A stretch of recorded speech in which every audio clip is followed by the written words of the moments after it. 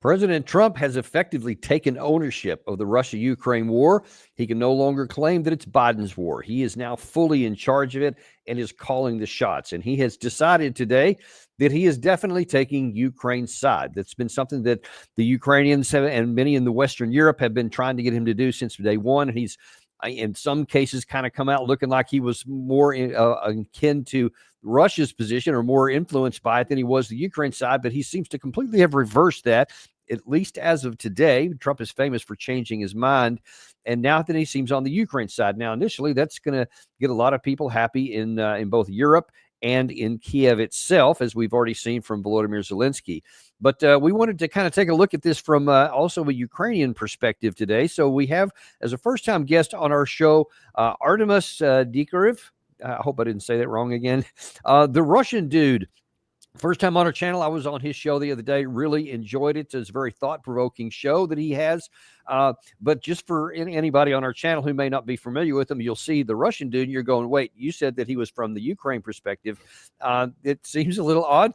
But Artemis, I wonder if you can explain to folks the title of your show and kind of where you stand on things. Yes, thanks so much for having me, Daniel and Gary. Thanks so much. Yes, once again, like I mentioned, Artem Dikarev, the Russian dude. As you can see, I call myself this way, but my hoodie, my background resemble a flag of another country. Yes, I am Russian because, I call myself the Russian dude because I am from Russia. I was born in Moscow. I lived in Russia all the way until 2015. Then I left Russia, not war-related, anything, just mostly education-related. And then, once again, yeah, the war started. I have a family on both sides. I have families both in Ukraine and in Russia. For this reason, I was talking to them primarily, first of all, with my Ukrainian relatives and friends, because they were directly affected. There were bombs falling in their backyards. There were missiles flying by, drones buzzing above their head. So obviously, they were the ones first for me to be concerned about. And long story short, yeah, this is simply from my perspective and from the perspective of a lot of people in the West, also in Russia. We just don't like to speak about it out loud, but a lot of people know it. This is plain and simple invasion. Russia crossed the border of another country, internationally recognized border. The majority of fighting, besides maybe Kursk incursion, is happening on the territory of Ukraine. So there is no liberation. The fight is happening on the territory of Ukraine, once again, internationally recognized border inside the country. For this reason, yeah, it's hard to stay passive in this case, especially once again having a family from both sides, as do a lot of Russian people. They do have also families both in Russia and Ukraine. This happened after the Soviet Union collapsed, and literally what happened with my uncle, he just met Ukrainian woman, he stayed there, the Soviet Union collapsed, and he's like, okay, well, I live in Ukraine, I'm just going to stay here. It was not like his choice to immigrate or anything. He just stayed there because he was living there. It used to be one country. Same stuff happened with tens of thousands, hundreds of thousands of Russians. A lot of us have friends and families. And that's it. Just by listening stories, listening to Russian propaganda on TV, state channel, Первый канал, TV channel #1, it is extremely hard to believe what Russian propaganda says. You just see the facts. Once again, plain and simple. Crossing the internationally recognized borders, fighting 90% is happening on the territory of Ukraine. Ukraine is defending itself. So let's say, if the war ends because Ukraine loses, they lose territory, they lose people, they just lose sovereignty. But in case Russia decides to stop war, they kind of don't lose anything. The territory that they took, the newly occupied territories, they just took them. This was not a part of Russia 3, 4, 5, 10 years ago. This is Ukrainian territories. For this reason, yeah, once again, I'm just calling myself the Russian dude because I'm from Russia, but being heavily leaning towards pro-Ukrainian side. And that's pretty much the story of me making videos on YouTube for pretty much since literally day one, getting close to 100 million views total, 1,500 views uploaded. So that's me. That's my story. Well, listen, I appreciate it. And just to be clear for our audience, so there's no confusion here, I don't invite guests on to have arguments with them or try to talk them out of anything. We have guests on both sides. We've had them on the Russian side. We've had them on the Ukraine side so that their voice gets out there. You can make your own decisions about what you believe or what you don't, but we want to give everybody a fair hearing, and that's what we're doing here today also. Let's look at the situation that we have before us right here, the breaking news that happened earlier today, where President Trump had actually an impromptu press conference with Mark Rutte, Secretary General of NATO, in the White House today, where he had been teasing already that he had a big announcement to make. And when it finally came, here's how he put it. We are very unhappy, I am, with Russia, but we'll discuss that maybe a different day. But we're very, very unhappy with them, and we're going to be doing very severe tariffs if we don't have a deal in 50 days. Tariffs at about 100%. You'd call them secondary tariffs. You know what that means. And that's the way it is. That can be more simple. It's just the way it is. I hope we don't have to do it. So what was the well, I'll start with you personally, first of all, because Trump has really frustrated a lot on the Ukraine side from the beginning, because he, unlike President Biden, whose predecessor, who was all in on the war for Ukraine, Trump was kind of aloof, and it sometimes actually sounded like he was more on Putin's side than he was on Zelensky's side. So if you could, from the Ukrainian perspective, what did you guys think from the time he was inaugurated until, say, before this speech here? So it's not like I'm maybe giving my perspective from Ukrainian side. It's more about from the Russian opposition type of side, I would say, because still, no matter the war, no matter the consequences, I will still always consider myself, first of all, Russian, because we just have Russians who support war, Russians who are opposing war. I'm pretty much the second category. From this perspective, which is pretty much, I'm assuming, very similar to the perspective of the Ukrainians and pro-Ukrainian people, at least for me personally, this kind of position, this kind of statements that Trump is making right now in the past since he was inaugurated, was pretty much, once again, at least for me personally, expected. Even before he was elected as a president, even before that, 1 year ago, when I was predicting, making videos about that, saying if he becomes a president, this is pretty much exactly what I was thinking is going to happen. He's going to say, I will solve a problem in Ukraine, I will stop the war, 24 hours, 1 week, 1 month, 1 year maybe at some point, but I will do it. And these were just promises. In the end, there were always caveats with some conditions. There was no way, there was no direct, there was no specific timelines, or timelines were very vague and ambiguous. For example, the most recent one, he was giving 50 days. I'm assuming 50 days from the moment he made this statement. Even by the way, he was saying we're going to give 50 days, or we're going to impose 100% tariffs on Russian, pretty much everything, essential exports and blah, blah, trading partners, China, India, I don't know, North Korea, if this counts. Long story short, 50 days from what? From the announcement, from whenever he signs an executive bill, from the moment sanctions are imposed, from the moment when. It just feels like, once again, this just number came out of nowhere, came out of the head. So I don't personally expect anything extraordinary is going to change, anything is going to happen. Yes, the weapons, arms supplies were briefly stopped, then they resumed. Now it's pretty much almost confirmed that more Patriots is on the way. We're going to let European partners buy them, then send them directly to Ukraine. This might happen, because it is quote-unquote much easier to do this rather than stop war in Ukraine. So that's pretty much what I'm exactly assuming is about to happen. If nothing extraordinary happens, if no miracles happens from either Russian or Ukrainian side, if the war is going to continue the way it is right now, most likely this promise of 50 days is going to be just slowly put in the background, some on the bookshelf, forgotten, and just passed away to another Department of Defense or Pentagon. You guys now solve the problem. I'm out for my next decision. It's up to you guys now to decide the problem, to solve the problem. Yeah, and that's although it's, I guess Zelensky is in a bit of a difficult situation, because he can't say that he's frustrated. He can't say anything about the positive or the negatives about, because obviously Trump has had a lot of deadlines that came and passed without any kind of change. But when he was asked about this earlier today, he actually had a meeting with the U.S. General Kellogg, and here's what he had to say about the decision. Thank you, General, for participation first time. Next to me was supposed to be. We had very good conversation with General just now, and thank you, General, for coming. And thanks. We have often meetings with you and your team. Thanks to your team also for coming to Kyiv.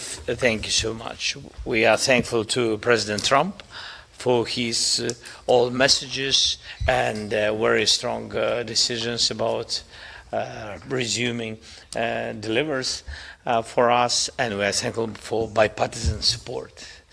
And of course, we had very good conversations in Hague, and we had with President, and we had very good phone conversation. We made some decisions very positive for both countries, and just now we spoke about air defense with General. So about the air defense, that's the one thing that apparently appears to be concrete that the United States is going to provide, whether it's directly or indirectly through NATO and NATO countries. But one has to ask, what is the expectation of those that are on the pro-Ukraine side of whether it'll make a difference or not, especially given how much of an acceleration the Russian side has had in the air over the last week or 10 days? So obviously, if we're talking about the Patriot air defense systems, pretty much the most media promoted type of air defense systems. These are just defensive weapons mostly. These are just weapons to protect the skies above Ukraine. I don't think they might change anything offensive related.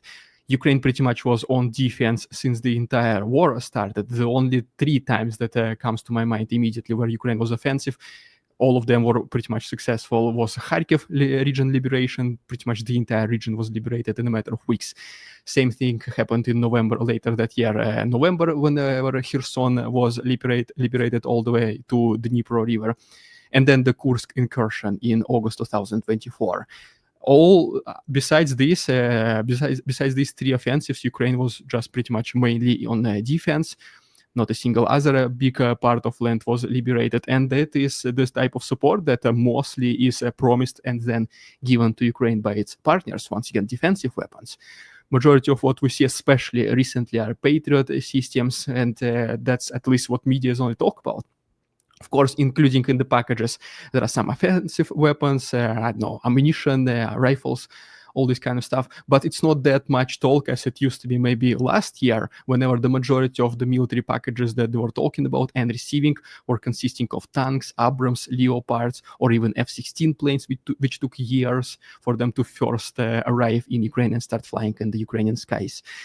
So far, speaking about this Patriot air defense system, these are mostly defense weapons. I don't think, unfortunately for Ukraine, this will give them any offensive advantage. This will hopefully protect the skies, civilians, residential buildings, apartment blocks, but I think that's going to be most of it, which is also one of the biggest priorities of any leader of any country.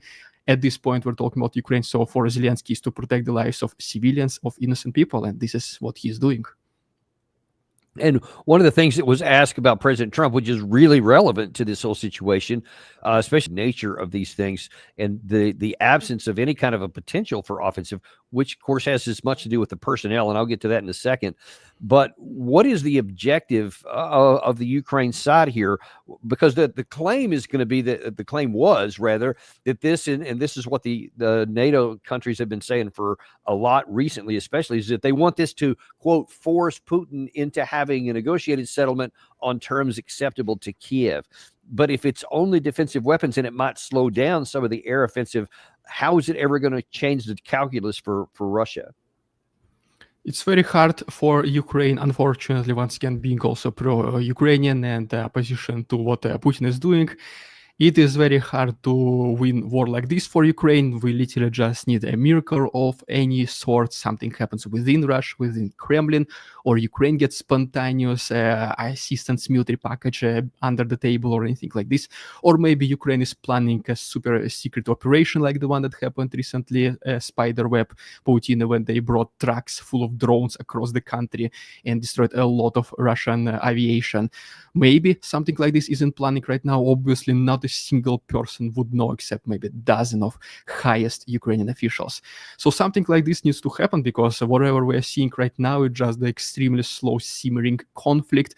Russia is advancing very minorly at the expense of thousands, if not tens of thousands of lives every month, every several months. And that's it. They're just slowly grinding people against Ukrainian defenses. Ukraine is getting enough support from its allies, including obviously America, the biggest partner. It's mostly once again, defensive weapons. And unfortunately, what we see right now is that Ukraine is getting just enough ammunition and weapons to defend itself.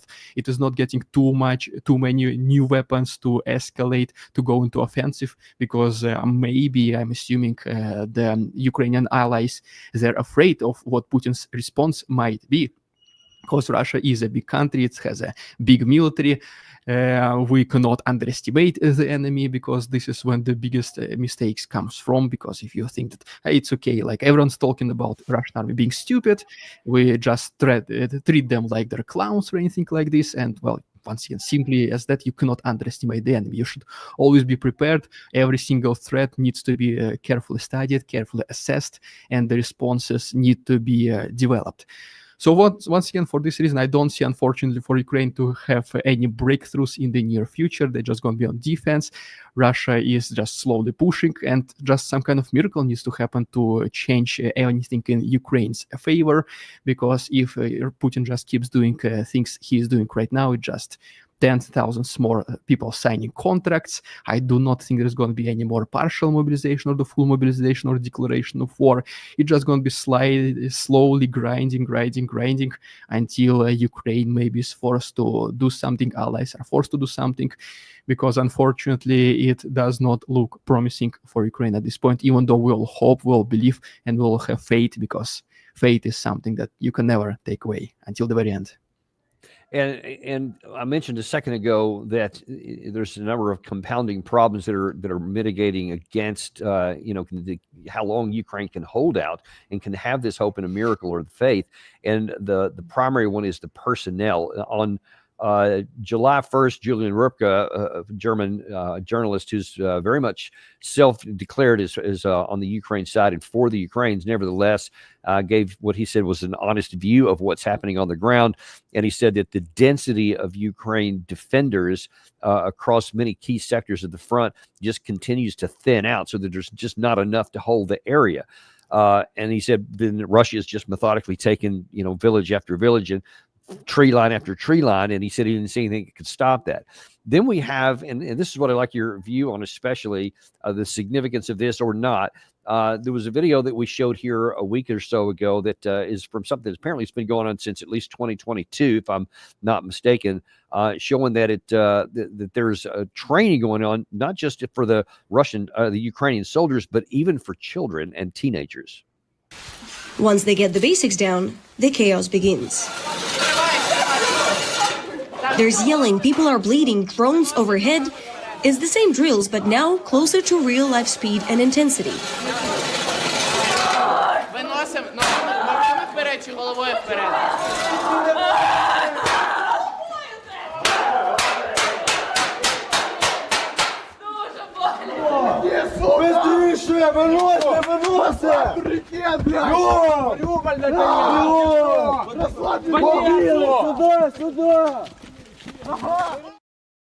What is your understanding of the personnel situation in the Ukrainian army, and what do you make of this video? So speaking about, first of all, the personnel situation, to be honest, this might be more or less similar, both in Russia, both in Ukraine. I do speak with my Ukrainian uncle. He has a son. Obviously undisclosed location and everything for security purposes. But yeah, a lot of people in Ukraine, once again, all the so-called, I guess, patriots, the actual real defenders, most of them are unfortunately already either in the military or they are unfortunately dead already or fighting. But the ones who are left are either incapable of fighting or they do not want to fight. They're just afraid. It is very understandable from human perspective. Nobody wants to risk their life for a country, for a regime, for a war. So long story short, the same situation is pretty much happening in Russia as well. Everyone who wanted, including those people with a huge sign-up bonuses up to $40,000, $50,000, then monthly salaries of $2,000, $3,000. All of these people are already either in the army or dead. I'm speaking about the Russian military right now. Increasing the bonuses higher does not yield many more new men. Increasing from 50 to 60,000 will not yield more results. They try to do it as they don't see many new conscripts lining up for the draft offices. The situation on the both sides is that both nations are exhausted. Nobody wants to fight, but everyone wants to stop fighting, including Russians. I have way more, obviously, relatives and friends back in Russia. even many Russians are not like, we need to push until the very end, we need to go into Kyiv. Everyone is just thinking, that's it, we're going to be more than happy if the war stops, fighting stops. Russians are saying maybe, okay, we just maybe keep territories we have right now, and then we figure out if to give them back or not. Ukrainians, they also say kind of, if the fighting stops, that's the most important thing, but we would like to get our territories back. But there is no like immediate, we have to get our territories back from Ukrainian side, and there's no immediate, we are keeping territories from the Russian side. Everyone just wants to, once again, I'm curious where you get that, stop. because many of the folks we've had on the show, and certainly the news reports I've had, show that actually Russia continues to be able to recruit 30 to 40,000 troops per month. So apparently those, or at least according to what I'm reading, the Russians are continuing to get people. And there are many that are very much interested, that I see on Telegram channels anyway, that do want to go all the way up to Kyiv. Once again, yeah, maybe they're recruiting 30, 40,000, but this number is not increasing significantly. I do not have any single friend right now left in Russia, and I do have friends who unfortunately fought in Ukraine, who unfortunately died in Ukraine, friends of relatives, friends of my father. But once again, since then, there was not a single person in the last year, I would say, who went to fight in Ukraine. All the ones who are either went to Ukraine all the way in the beginning of the war, or September partial mobilization, or that's pretty much it. So yes, maybe they're recruiting 30, 40,000. I'm relying mostly on the what's people are talking about rather than the news. Speaking once again with more friends and relatives, and that's pretty much the only thing they're saying. And yeah, the main thing is that for the last year plus at least, not a single new friend, acquaintance, relative, or anything, person who I heard about once in my life, not a single one of them joined the Russian army. Okay, fair enough. If that's your personal experience, what is your thoughts on that video? Because apparently that's been training the young kids has been going on for a while. So this is the first time I see the video. So if you don't mind the question first, this is the training. That is obviously not the actual battle footage or anything. This is just the training, right? Right. Well, I'm assuming the same things should be happening in Russia as well.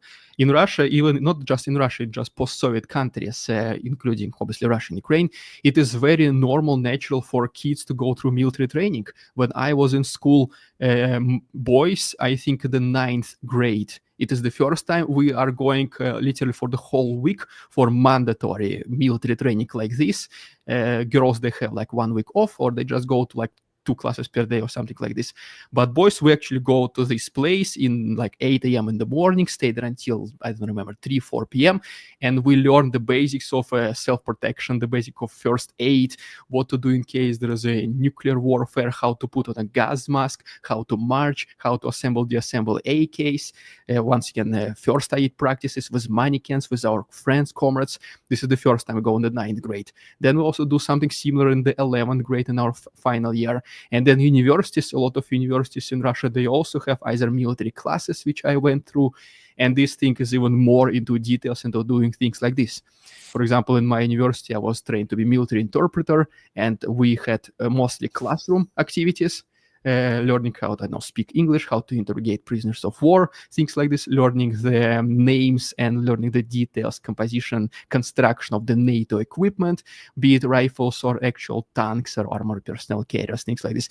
And then in the final year, we also went to the actual military camp for the entire 2 weeks, 2.5, almost 3 weeks, I think, if I'm not correctly. And this is where we lived actually in the military actual camp and did something similar. First aid, shooting AKs, giving oaths, marching, parading, all this kind of stuff. So I don't think it just, this speaking about the video, it's not just what Ukrainians are doing and they involve teenagers because they're so severely lacking personnel. It is just what post-Soviet countries do. We are always have this sense of Cold War brewing somewhere, having the sense of that the enemies around us, that we're all alone in this world. We need to protect ourselves, and it's better be ready than better be safe than sorry.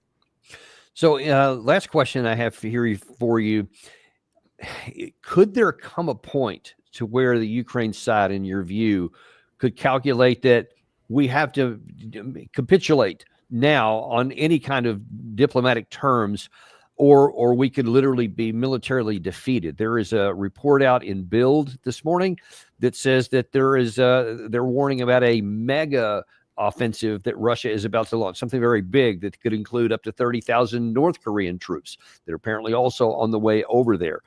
in the event that the Ukraine side is not able to maintain enough personnel and the Russian army starts to move faster than they have, and it becomes evident that no matter how many weapons the U.S. may give, there's just not going to be enough to fight on the Ukraine side. Will they consider capitulating, or will they just keep fighting all the way to complete defeat like the Nazis did in 1945?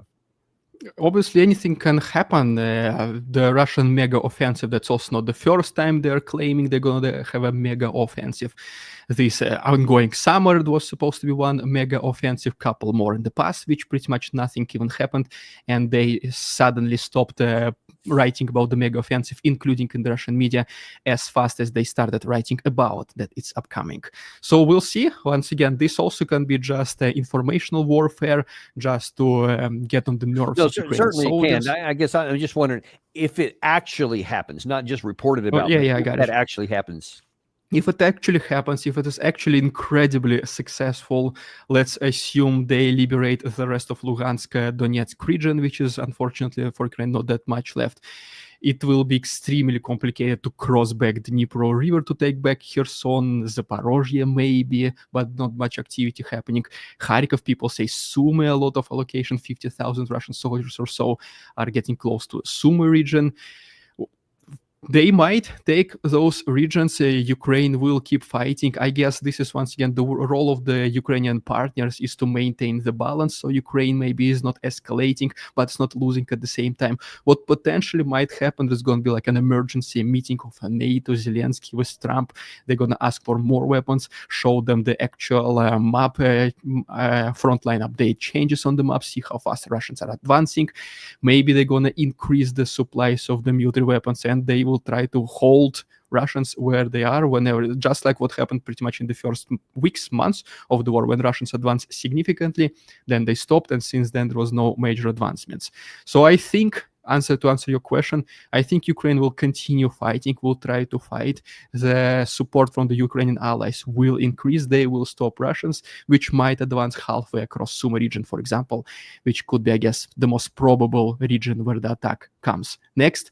But I don't think there will be any dangerously close to Kyiv to endanger the President Zelensky and his surrounding, the inner circle of Zelensky. So I think the fight will just continue. It will be a major escalation temporarily, several weeks, and then I think the new front lines will be established, and the war will again start being just a simmering conflict situation.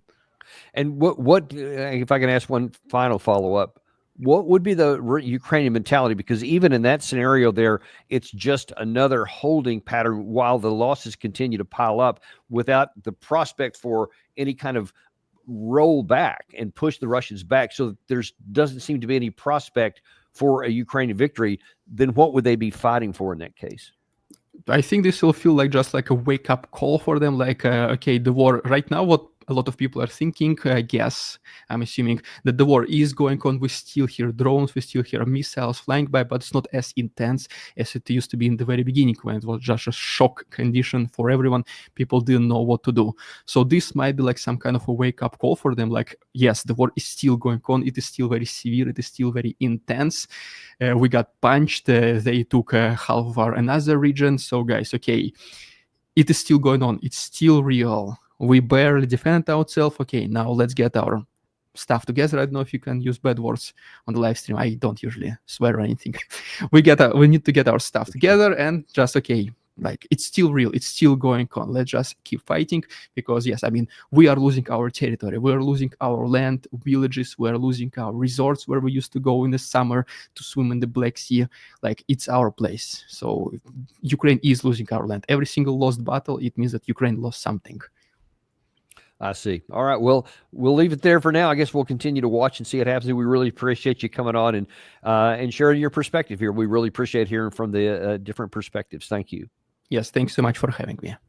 And thank you guys for watching today, too. I know it's a little different than our normal fare, and I know some people, like I was watching some of the comments, weren't real thrilled, but let me remind you, especially if anybody who may have joined after we started here, we are unintimidated and uncompromised to bring you the truth no matter what it is. And one of the things that's important for people to understand the truth is to understand the perspective of the other side. So we don't want to just give the Western European side, the Zelensky side, et cetera, but we also want the European side, Ukraine side as well. And you were able to hear that for yourself. And now you can come up to whatever conclusion you deem necessary. Thank you very much. And we'll see you on the next episode of Daniel Davis Deep Dive.